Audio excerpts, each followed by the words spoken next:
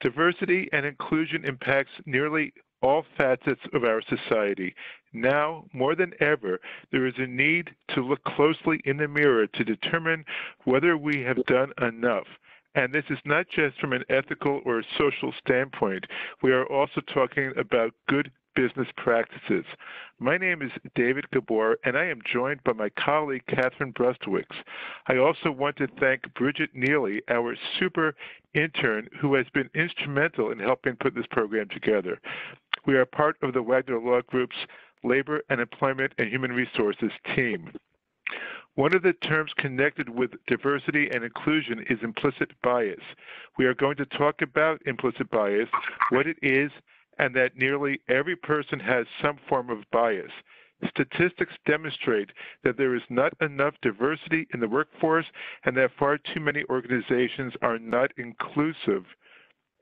We're going to briefly touch on some of the history behind diversity and inclusion, some statistics, before addressing what we can do about it.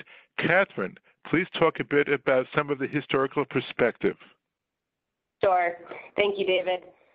So David and I wanted to start off the substantive portion of our webinar today with two important quotes. One is from the Declaration of Independence, and the other is from the preamble to our Constitution. We hold these truths to be self-evident, that all men are created equal, that they are endowed by their Creator with certain unalienable rights, that amongst these are life, liberty, and the pursuit of happiness. We need to re-examine whether these are in fact truths or whether they are self-evident at all. The reality is we don't all share the same freedoms, access to justice, access to education, or even economic opportunity or a sense of inclusion in our workplaces. We can do better. The Declaration of Independence proclaims that all men are created equal. But of note, when the Declaration was written, only white men aged 21 and older who owned land were granted the right to vote. Some states employed religious tests to ensure that only Christians could vote. We, the people of the United States. The preamble to our Constitution is an inclusive statement. We are all people first and foremost, regardless of whether we belong to a protected class. But again, we need to re-examine whether this is how we truly treat each other. David, would you skip to the next slide, please? So finally, in 1964, our country started to make strides towards equality. The Civil Rights Act was passed with the legislative intent to combat racism. It outlawed discrimination on the basis of race, color, religion, sex, or national origin, and required equal access to public places and employment. Recently, the Supreme Court has ruled that members of the LGBTQ community are protected under the class of gender. There are various subtitles of the Civil Rights Act, such as Title VII and Title IX, that work in conjunction with federal laws, such as the ADA and the ADEA, to combat discrimination. There are also many state and local laws that protect against discrimination. Your company should make sure you're aware of these and are in compliance. President Lyndon Johnson said the following quote, "The time of justice has now come. I tell you that I believe sincerely that no force can hold it back. It is right in the eyes of man and God that it should come. And when it does, I think that day will brighten the lives of every American." Now, this quote was made in response to the civil rights advancements and the American promise. His message was strong, but it was just the beginning. Unfortunately, we still have a long way to go. David, would you mind advancing the slide, please? Perfect. My pleasure. So I also wanted to, thanks. I wanted to mention the 15th Amendment. The 15th Amendment was ratified in 1870, and it was meant to enfranchise African Americans. But many Jim Crow laws, the use of poll taxes and literacy tests were enacted to prevent African Americans from actually voting. A decade later, and only a year after the Civil Rights Act was enacted, the Voting Rights Act of 1965 came into being and outlawed the discriminatory voting practices common in the South. But we still see racial and gender-based inequities today. David, you have a way with numbers. Would you care to share some statistics with us? Sure, I've been called calculator brain on a few occasions, but these numbers are scary, and there is nothing funny or kind or cute about the numbers when you read 82% of black people believe that they are not treated fairly in the workplace regarding hiring, pay, and opportunity for advancement, compared to 44% of white people. Those numbers are scary. 62% of black people in STEM jobs say they've experienced discrimination at work. Again, scary. One of the things we focus on in trying to be proactive with clients, and we talk about a lot, is the perception employees have. And this is what employees perceive is going on at work. And that's not good. There are some statistics we did not include on the page, but I wanted to add, and that is there's a day called Equal Pay Day. In 2020, that day fell on March 31st. What's Equal Pay Day? That is a day in 2020 that women had to work to in order to earn as much as what men earned in 2019. For black women, it's worse. August 13. That's right. Black women have to work until August 13 this year to make what white people earned in the prior year. And that makes it very clear. We've got some serious problems, with respect to diversity inclusive of gender as well as race and many other of the protected categories. So during the program today, we're going to talk about what are the responsibilities that an employer has. We're going to talk about what employees can do about that. With the status quo. The status quo is essentially continuing to do what you've been doing all along. Is that good enough? Well, that all depends. We're going to talk about training, and then we're going to get into diversity and inclusion. And in that part of the program, we're going to talk about top 10 steps with respect to setting up a program, addressing diversity, and addressing inclusion. So, Katherine, can you talk about what happens if an employer does not make any changes to what they're doing?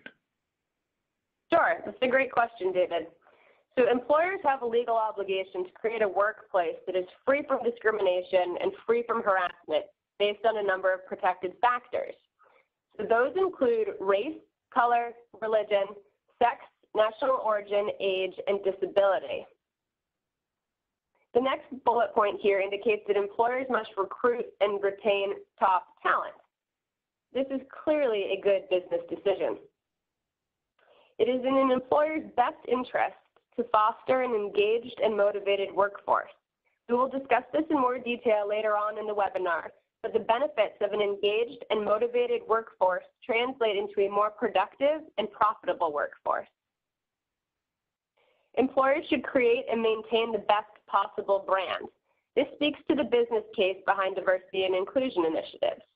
How the external world and consumers view your company and your ideals speaks directly to your profitability, and it also impacts your employee engagement. This bullet point goes hand in hand with the previous point I discussed regarding an engaged and motivated workforce. Now, the last point here is duty to the public. Be a good example. Lead by example. There's no perfect approach to eradicating discrimination, but with the Black Lives Matter movement having gained so much national attention and traction, now is the time for these issues, among others, which we will talk about in more detail, to be reviewed and discussed openly with your team. David, can you discuss some of the options that exist for employers? Sure, Katherine. Thank you very much. And there are basically three things. Keep doing what you've been doing. And in some instances, for some employers, that's fine. They've already been doing a lot. But for other employers, it just creates a whole lot of risk, and we're going to talk about that in a couple of minutes. You've all heard me talk about training, and that's not going to change at all now because we're going to talk about training today. I'll get up on my soapbox in a few minutes and address that topic. The third thing we're going to do is talk about what happens when an employer creates and implements a diversity and inclusion program. You really shouldn't have one without the other, and that's something that Katherine's going to start us off on, and then we're going to get into some of those hot points. So, Katherine, what happens if the employer maintains status quo? So it's important to recognize that some companies are already doing an excellent job with regards to their diversity and inclusion efforts. However, statistics reflect that that's actually the exception, so we should be very mindful of that. For those companies who are doing nothing or not doing enough, we encourage you to do more than the bare minimum of maintaining the status quo. Maintaining the status quo in that situation is essentially doing nothing and is not striving for bettering our company culture or our workforce. As a country, I believe that we're better than that. An employer who does nothing also incurs high risks of claims of discrimination being brought against them by employees, risks of poor morale within the workforce, which equates to lower productivity and lower brand loyalty. Employers must also think about the message that they're sending to their employees and to their customers. The message of doing nothing can actually have a significant and negative impact on the well-being of employees as well as on the company brand. So perhaps the company can save a little time and money by not properly training their workforce or implementing ameliorating efforts, but when it comes down to it, this tactic is basically gambling. We highly encourage employers to do more than the bare minimum of maintaining the status quo. Speak up about the lack of representation. Train your employees on diversity, equity, and inclusion.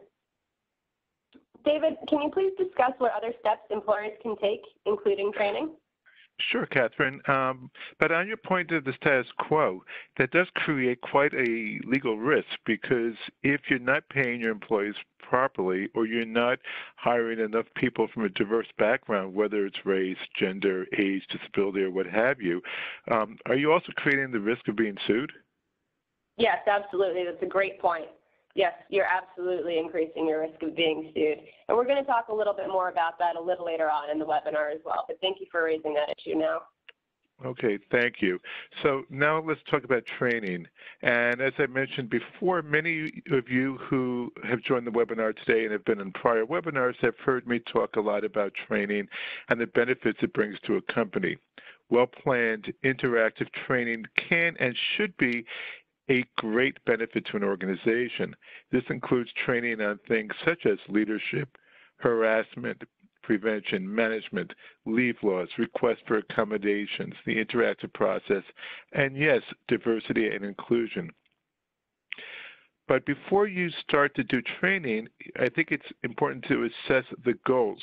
Why are you training? What are you looking to accomplish? And that is going to vary dependent upon the nature of the business, the people within the company that you look to train, and the industry that you're in. What kind of training, and what training have you done in the last couple of years with the employees? And in addition, in some states, training is mandated on certain topics by state and local laws. So and then we talk about the different types of training, and there are trainings that you can buy online, and these are prepackaged programs that you can offer to your employees. You can tailor a web-based program for your company, and that costs quite a bit of money, but it's certainly an option.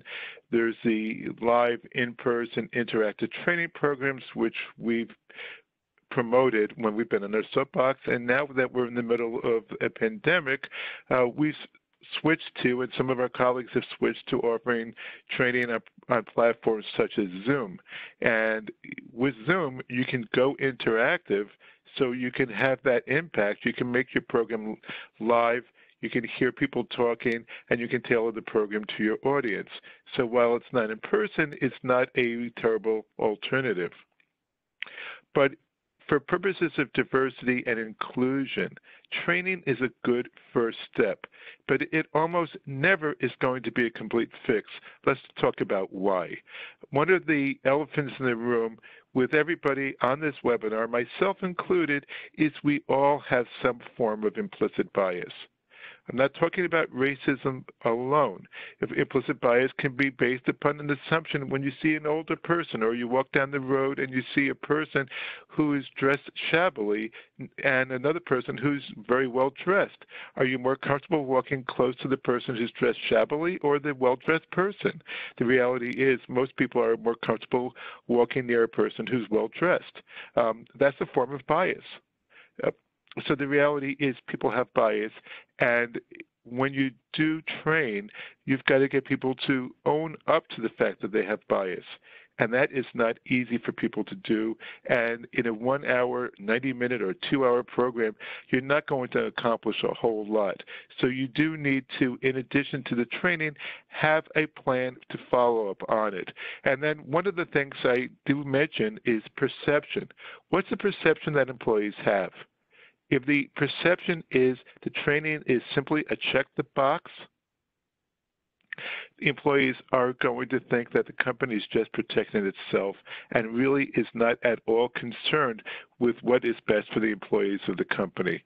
And if that is the case, then your program may actually do more harm than good. It may set you back a bit. So, Katherine, can you talk a bit about a diversity and inclusion initiative? Yes, absolutely. I'm really glad you asked because this is a huge step that employers can take to making a positive change for their employees and their company as a whole. So I'm going to address just a few of the many benefits of diversity and inclusion initiatives. The first is better employee retention and higher engagement. When employees feel that their employers are committed to them and committed to an inclusive workplace, they're more loyal and they work harder. More perspectives and ideas. This one is a no-brainer. When you have employees from various backgrounds, cultures, and experience, your workforce is infused with more and different perspectives and ideas. Similar to that last benefit that I just discussed, you'll see additional creativity and innovation that stems from diversity, equity, and inclusion principles. In addition, your company's reputation and brand will have an elevated reputation, both within your organization and from your clients and the public. Now, I have to mention the benefit of compliance. This benefit speaks to the fact that there are many laws that protect against discrimination, and the more emphasis that you can put on equity and inclusion, the more likely your organization is to be compliant with anti-discrimination laws. A more diverse workforce also translates into an ability to reach a broader segment of the consumer market. And that also leads to financial gain and increase in profits.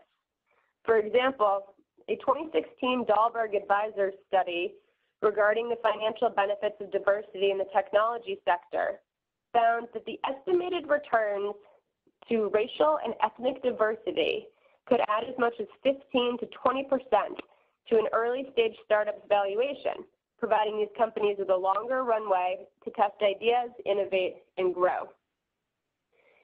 David, can you provide our webinar attendees with some more statistics to help illuminate the financial benefits of diversity and inclusion? Absolutely, and thank you, Katherine.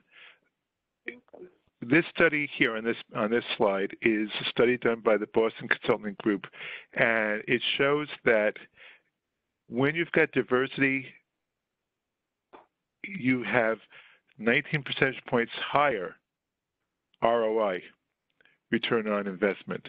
And this is important, and let me show you the next slide also. And this was done by the McKinsey and Company in 2015 and Why Diversity Matters. And again, it shows there is ROI when you've got a more diverse and a more inclusive workforce.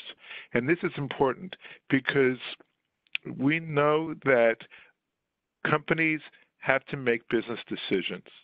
And it's nice to say, hey, go out and spend some time, spend some money, tie your employees up to put together a diversity and inclusion program because it's the right thing to do. And I know Katherine very well, I know myself, and I know Bridget Neely, who I mentioned earlier.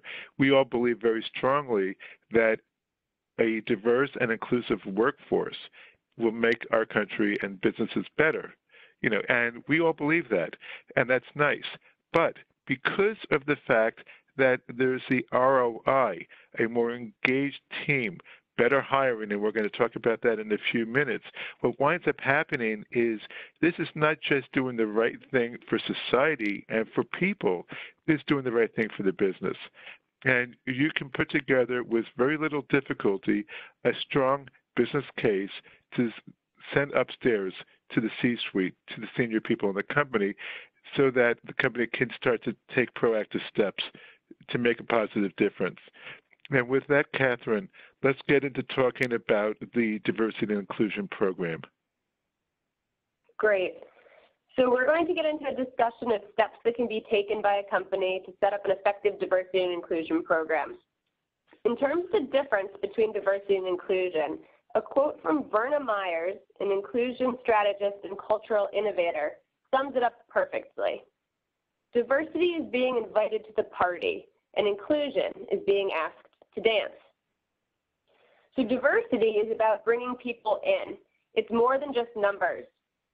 Consider, what is the ability of the workforce to meet your legitimate job requirements? Are the people working there diverse across the board or just in the entry-level jobs? Consider fair wages. And is there a fair opportunity for advancement? Diversity begins to overlap with inclusion regarding fair opportunity for employment and advancement. While having a diverse workforce is an excellent start, employers are also responsible for promoting an inclusive environment where everyone's voice can be heard and matters. Inclusion is the genuine assimilation of people into the workforce. Inclusion refers to a corporate culture that connects each employee to their organization through encouraging collaboration, fairness, and it empowers employees to contribute. Another aspect of true inclusion is equal pay. And as David had mentioned, beyond the business case, diversity and inclusion makes sense. Just consider the ethical and moral case for diversity and inclusion. We're going to get into some initial steps now, which employers can take prior to implementing their diversity and inclusion programs.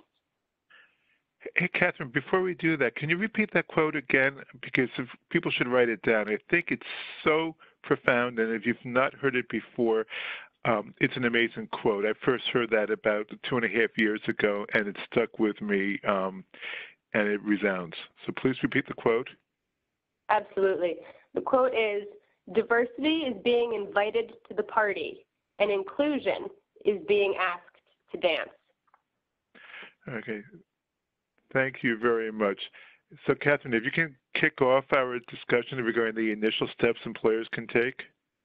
Yes, absolutely. So we suggest you start with research into your company.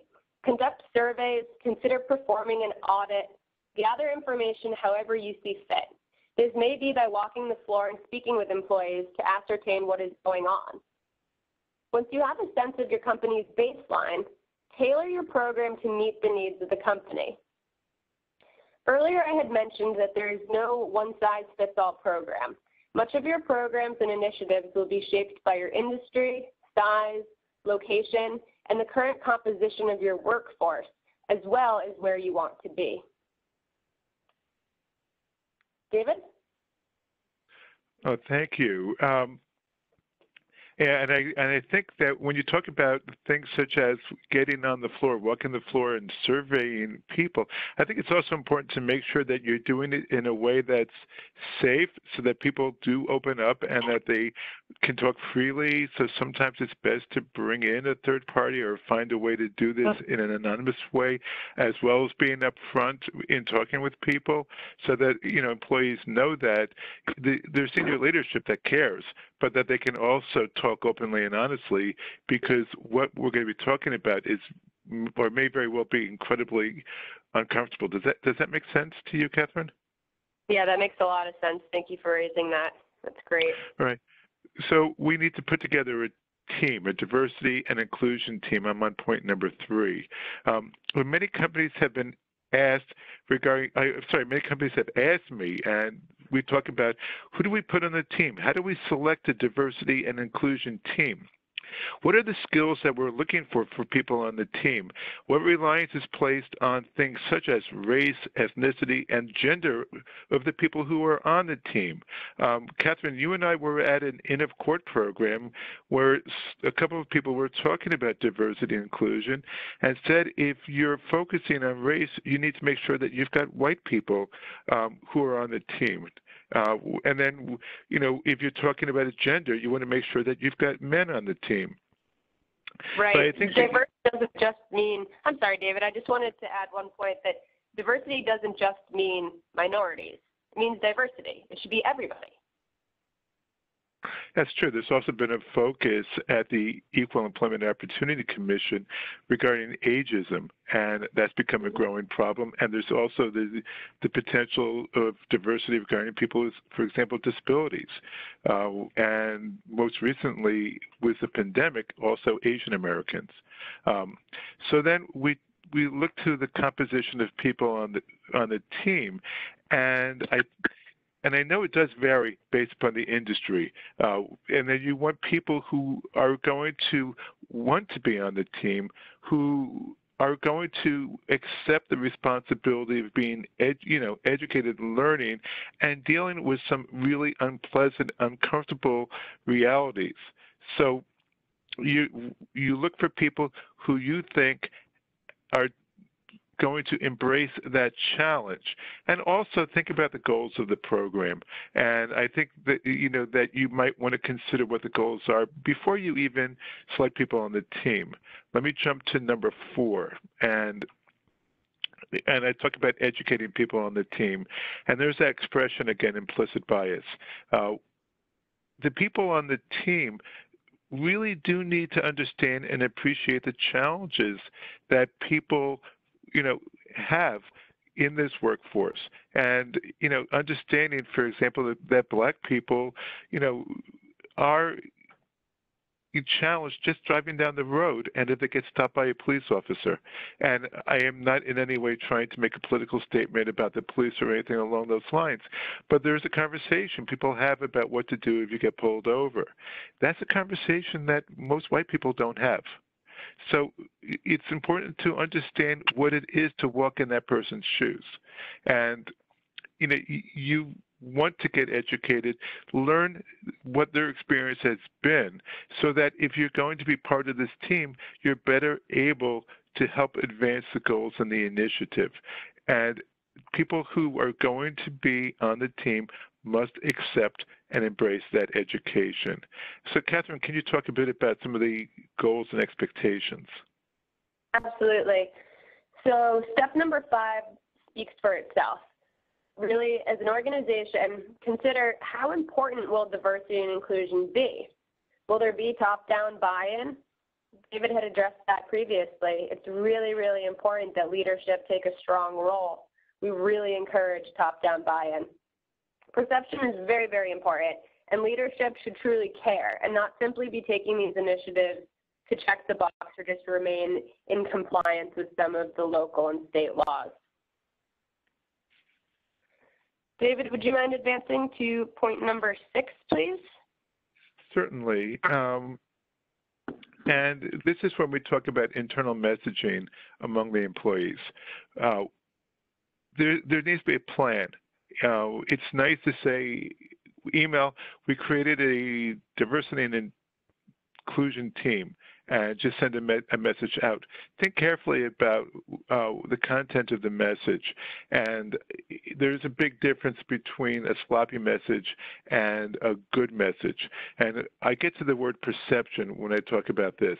And perception is critical, because perception is the difference between effective and ineffective programs. Going back and looking at studies on sexual harassment and the perception that employees have when either they are the victim of or witness or receive a complaint regarding sexual harassment, and the perception of 3/4 of people surveyed, and I had spoken at the American Medical Association, their annual conference in Chicago roughly 2 years ago on a couple of different panels.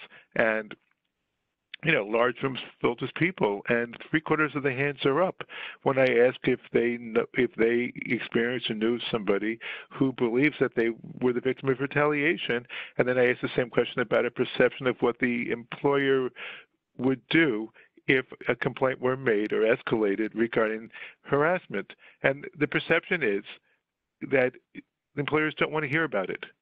So when we think about a plan and a program for messaging, we need to understand what the perception of employees may be when we begin the process and what we want the process to lead to in terms of perception in the future. Can we create a way for employees to believe that we want this to be an even better place to work? We're putting this program together so we can work together collectively to create a diverse and inclusive environment. And that's the key was internal messaging. For external messaging, and on point number 7, it's a little bit different. With external messaging, that's the messaging to clients. That's public relations, that's the PR statements. It's messaging to the outside world, and there are 3 important criteria for this one. The first is that we want to let our employees know that we are doing something, and we're letting others know about it, because there are so many studies, and Katherine, you and I have talked about this a bunch of times. Employees want to work somewhere where they're proud of the company. And when a company does something like this, employees are proud. I want to work for a company that's doing this kind of thing. So that message to the outside is also going to benefit the employee's perception, and that leads to morale, employee engagement, and employee retention. Let your customers know you're doing something, because again, this is brand. And Katherine, you were talking about this a bit ago. The brand that people want to buy from is a brand they like. So when a company is doing something good and they know it, they're more inclined to want to do business with you, whatever the industry you're in. And there's a third plus. And think about this, especially in 2020, and all of you, if I could see you and I asked you to nod your heads, every single head would be nodding, or hands would be raised if I asked you to raise your hands. Then news stinks. We would hear time and time again bad news, whether it's the virus, whether it's other things going on, our international relations or lack thereof, whatever it is, the news has been bad far too often.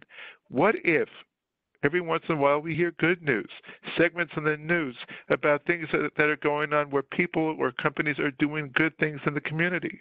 And what if that's on the news every evening? Whether you watch the 6 o'clock, 7 o'clock, 11 o'clock news, you're hearing stories every day about good that companies are doing. So while there are many people who don't necessarily like to brag about what they do, the benefit is if people are doing good things and other companies are hearing about it, they may in turn start to do good things, and doing more good, like setting up programs, and companies can become habit forming. And I think that can create momentum, which I think makes a big difference. Katherine, can you jump in on budget and allocation of time? Yes, absolutely. So thank you for that, David. I think that you made some really excellent points regarding both internal and external messaging. Very powerful. In terms of creating a budget and allocating time, this is a logistical step, and it will be specific to each individual company and what your company vision is and what your goals are for diversity and inclusion efforts. It's important to know from the get-go, though, how much money and time is available to be dedicated to these efforts. Now, one step that can be taken even with a small budget is communication.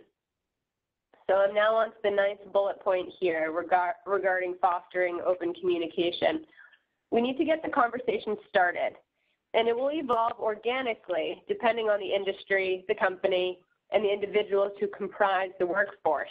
But we highly encourage open communication. This ties back into what David was saying about how employees really appreciate having their voices heard.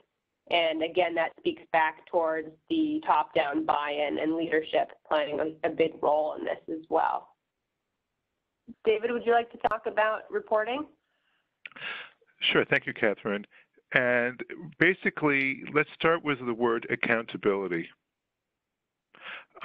I've been involved in organizations that create diversity and inclusion teams, and they meet once a month or every 2 months or even once a quarter, and they have a nice conversation about what's going on, what's fair and what's not fair, and some things that they might like to work on.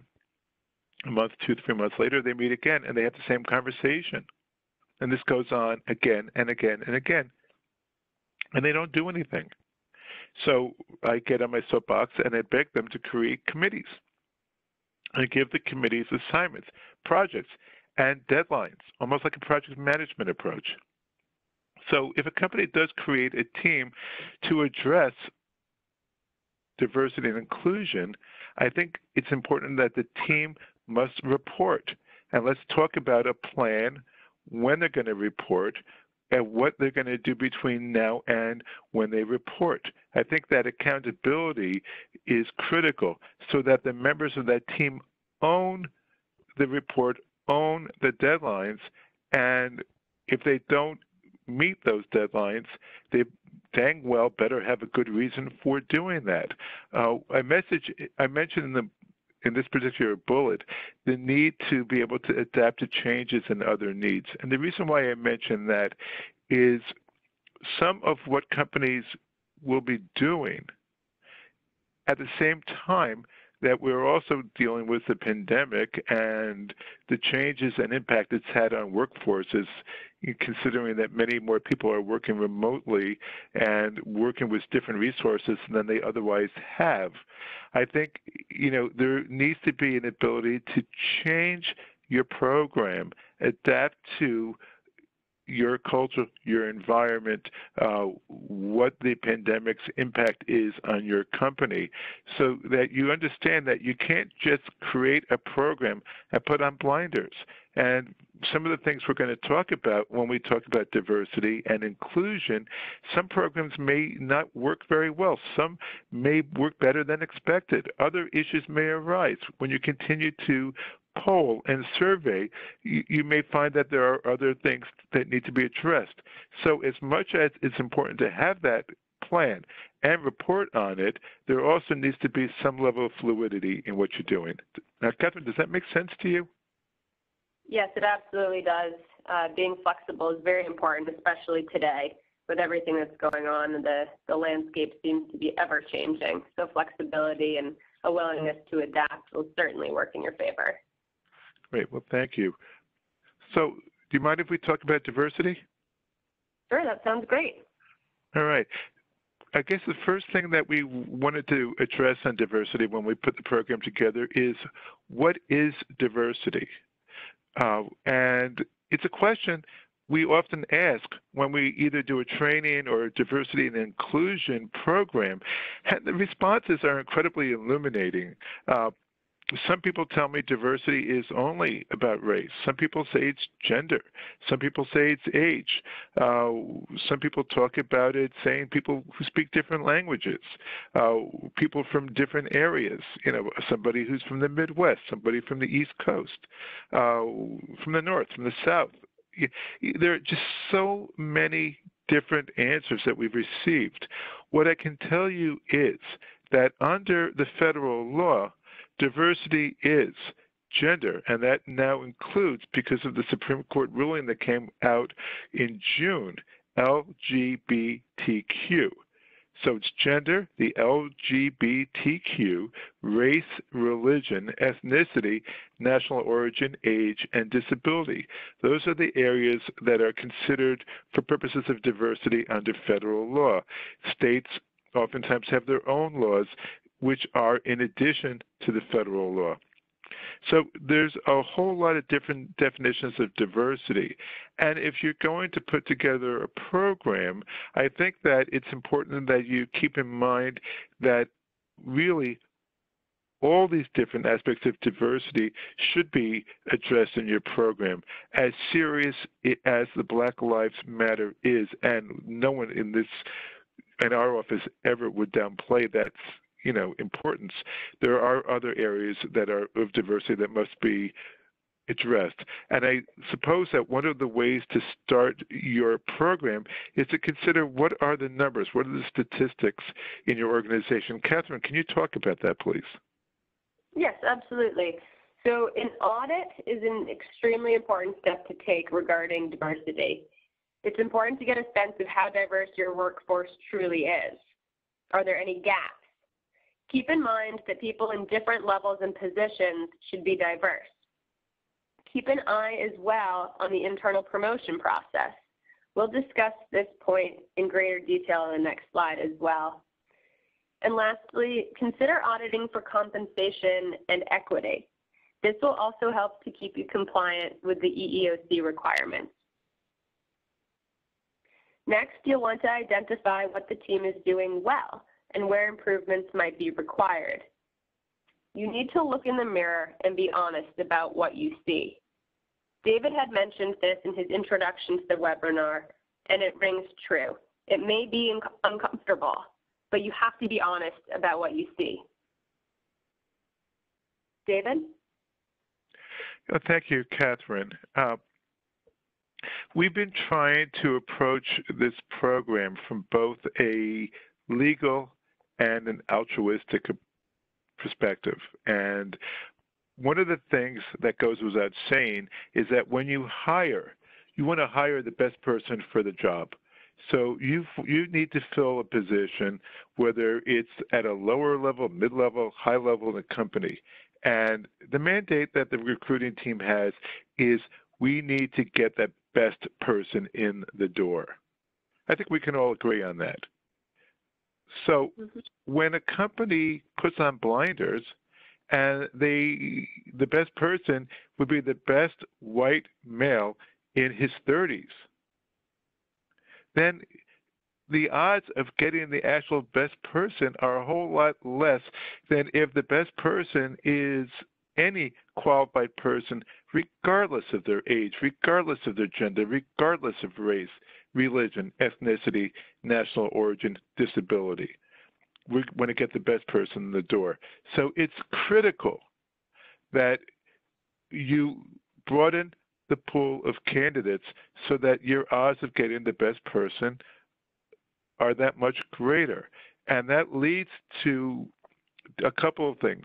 Number one, how you phrase the position, how you're selling the job.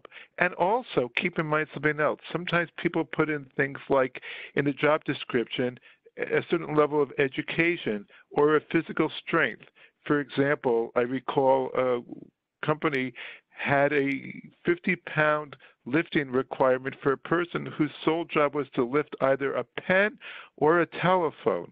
Now, tell me, Katherine, have you ever come across a telephone that weighed 50 pounds or a pen that weighed 50 pounds? No, the reality I have not. Is, I'm glad you said that. But this company put that there. Why? They didn't want women working in that role. So they figured they couldn't find any women who could lift the 50 pounds, and that would alleviate the problem. It doesn't make a whole lot of sense, but they did it. Phrase the job, list the qualifications necessary for the job that make sense for that job. If you don't need a college education, don't put 4 years of college. If you don't need a master's, don't put a master's. You'll get more people applying. And that makes a whole lot of sense. And that leads to how you go about marketing the job. What steps are you taking to let people know that you've got an opening? Are you putting it on Indeed, Monster? Are you putting it on LinkedIn? Are you going to local organizations to reach out to them to see whether or not they'll help you fill this position? Spend some time reflecting on what you're doing and how you're going about doing it. It's going to make a profound difference. All right. And Katherine, can you talk a bit about the next point, number 6? Yes, absolutely. So view the hiring process from the candidate's perspective. This is really important. Does your company outwardly show their interest in a diverse and inclusive workforce? Think about what sorts of photos are included on your company's website. All too often we see corporate websites that are saturated with white males. Consider how this might appear to minority applicants. By way of example, my colleague David is a middle-aged male. I beg your pardon? I'm sorry? What did you just say? I'm just repeating facts, that's all. Okay. So, David, let's say that you are interested in applying for a job, but you go onto this company's website and you see that all the photos are of people in their 20s and 30s. Are you going to be comfortable applying for a job like that and working for a company where all the images are only of young people? I probably wouldn't apply. And if they didn't interview me or pick me, I would probably think it's because of my age. That would be incredibly uncomfortable. Thank you for pointing that out. Yes, you're welcome. So the candidate's perspective is certainly of great importance, and all employers should really be aware of the way that they are marketing themselves. Now, the next step to take is to ask, is the hiring team diverse? The team or committee that is involved in the hiring process should be diverse. Some companies have one hiring manager, but they should consider expanding this one position to a team effort to be more inclusive. Also, David had spoken quite a bit about implicit bias earlier. Remember that individuals' implicit biases differ, so having a hiring team truly levels the playing field. David, did you want to discuss some partnerships? Absolutely. One of the things that can help getting more people to be interested in working for your company, and by way of background, oftentimes clients tell me, hey, we would hire more minority people, but they're not applying for jobs with us. So if you become more of a partner with different diverse organizations in the community, whether it's a board, a club, a group, a religious organization, you could become involved with those groups and let them know that you're reaching out because you actually care. However you become involved, if they believe you care, then it's more likely that people from those walks of life are going to be interested in filling open positions in your organization. Again, this is something that's going to require time and some energy, some effort. But the ROI on that, we talked about the slides, the slides earlier about the statistics, but the ROI is real and it's evident. The next thing I wanted to talk about is number 9, and that's affirmative action. Affirmative action has garnered a lot of attention over the years, and not all of the press has been kind to affirmative action programs, whether by public sector, private sector, and the cases in universities like Texas and Michigan. But not everybody really understands what affirmative action is. So I pulled the definition Wikipedia has for affirmative action, and it says affirmative action originally referred to a set of policies and practices preventing discrimination based on race, creed, color, and national origin. It now often refers to policies positively supporting members of disadvantaged or underrepresented groups that have previously suffered discrimination in areas such as education, employment, and housing. Historically, support for affirmative action has sought to achieve goals such as bridging inequalities in employment and pay, increasing access to education, promoting diversity, and redressing apparent past wrongs, harms, or hindrances. So that's what the definition is, according to Wikipedia, and that's a pretty good definition. So why do we mention affirmative action? Partly because some of the pushback I've heard over years is we want to hire the best person. And if we can't hire this person, the white male who's in the 30s, with all due respect to white males in the 30s who are attending the webinar, and we go to some other group, we're going to get somebody who's not as good. And I've heard that time and time again. And I think that, unfortunately, people fail to realize that you can hire diverse people without watering down your team. I recall when I was in college, and just to show you that I am over 40. I graduated college in December 1982, and I went to the University of Michigan. It used to have an all-male band, the marching band. And it's known for the lockstep that the members of the band do. And at one point, they do it really, really, really fast. And it's something that had garnered national recognition, fame for members of the band. When the band first began to have women, they were all up in arms and terribly upset because the women couldn't do that move as fast as the men, or so they thought. Well, it's now a diverse band. It's got women, it's got men, it's got people from, I'm not going to say all, but most all walks of life. And they still do it pretty darn good. So affirmative action doesn't necessarily mean you water down the quality of what people are doing. It means that you're bringing more people in and giving them a chance to excel. So, Katherine, can you talk about the promotion process inside companies? Yes, gladly. So you'll want to consider promoting internal candidates rather than immediately looking for new applicants. If you have a viable internal candidate who might be lacking in certain skills, train them. Offer to teach them and mentor them. This is important for team morale as well as your diversity and inclusion efforts. It is also often less costly to promote from within because the employee is already familiar with the company and infrastructure and can hit the ground running. Promotions are often made in a decentralized way by individual managers.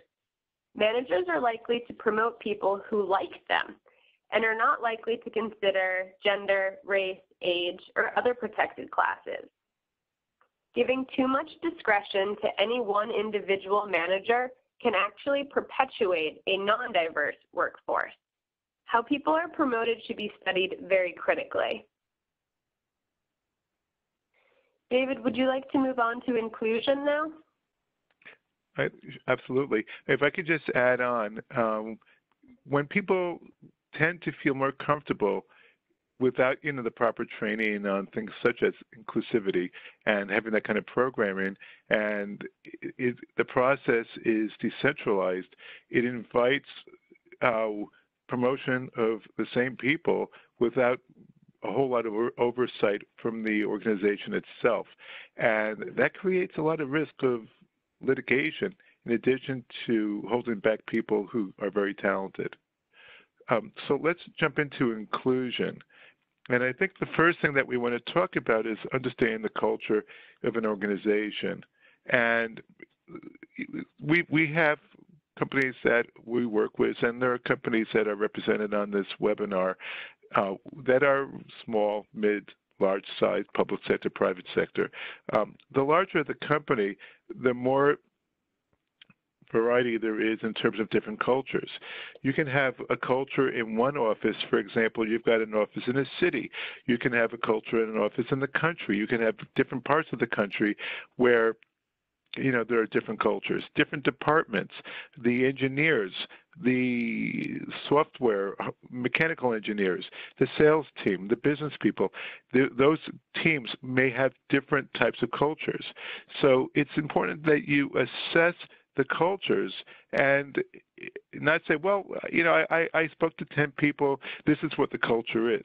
It may very well be that you've got 8, 9, 10, as many as 20 or so different cultures within your organization. And when you do understand them, please don't do it with blinders or rose-colored glasses. It's important that you are as objective as humanly possible when you do assess what your cultures are. So, Katherine, once you assess what the cultures are, what's the next step in the process? Well, the next natural step would then be to determine what the corporate cultures should be. So we did touch upon this earlier when we discussed steps to be taken towards diversity, but there's no right answer to this determination. It's truly dependent upon your particular place of work and your vision. Keep in mind the impact that your corporate culture has not only on your workforce, but also on your clients and consumers. Now, this next point that David is about to discuss, we truly cannot reiterate enough. So, David, would you mind reiterating the next point? Gladly, and it may be the most important thing we talk about all day. That is, and I addressed perception earlier, if employees believe the top brass cares about this and they're going to support the program, they're going to engage and participate in the program, that they buy in, you've got a great opportunity to have a successful program. If you do not get that buy-in, the odds are against you. Mm-hmm. So, Katherine, you want to touch on training? I did it earlier, so it's your turn to talk about it. All right, sure. Well, David did talk a lot about training earlier, and it is a very important step towards inclusion. Train your workforce. Open the lines of meaningful communication. Make your team aware of implicit bias and how to overcome these biases. Train your team as to the benefits of diverse opinions and backgrounds. Your team should feel empowered, and oftentimes becoming empowered stems from being properly trained. Now, similar to training is team building exercises. David, would you like to speak to that point? Sure. Oftentimes, a good training program leads right into this, and that is team building. And we talked about outreach, we talked about surveys, we talked about polling, we talked about walking the floor, assessing the culture, and understanding that different organizations have teams that are very different, and it depends on the industry, the geography, and all those things. Here's where you get the payoff. You gather all this information, and that diversity and inclusion team that you put together is going to create some programs and exercises for people in the organization to do so that they can learn about their implicit bias. They can embrace all of that. They can begin to work together on some kind of common cause, with the goal being that they work in a much better environment and a much better atmosphere. I'm going to use the word we. Not the French we as in yes, but the American we, English we. And I'm going to say the word we. We, not the 30-something white males, not the women, not white people in general, not black people in general, not the younger people, the older people. All the people on the team. The goal of training is that we are a team. We work together. And that's the goal of it. The nature of what those exercises look like depends on the organization and what you're finding. One example, brief, quick example, is if your team gets involved in some form of a charity and people work together. They have that common experience, and they become part of a we. Another thing that I like to talk about is X-Corp University. Basically, what X-Corp University is a program that a company can put together that can identify some high-level performers who need a little bit of training, whether it's a skill, hard or soft, some education, some mentoring, so that they can grow and advance in the company. Typically, this would be people who are minority or females who need a bit of help so they can advance in their careers. You're finding hardworking, good, decent people who need a little bit of support, and you create a program to give them that support so they can advance in their careers. It is great for ROI because you're going to put talented people in positions, and you're going to give people a sense that, hey, if I work hard, there is a future in this company for people like me. Katherine, can you talk about RESPECT? Yes. So the next point here is respect, voice, and trust. Employees need to have a voice to speak up, and when they do, we need to treat them with respect.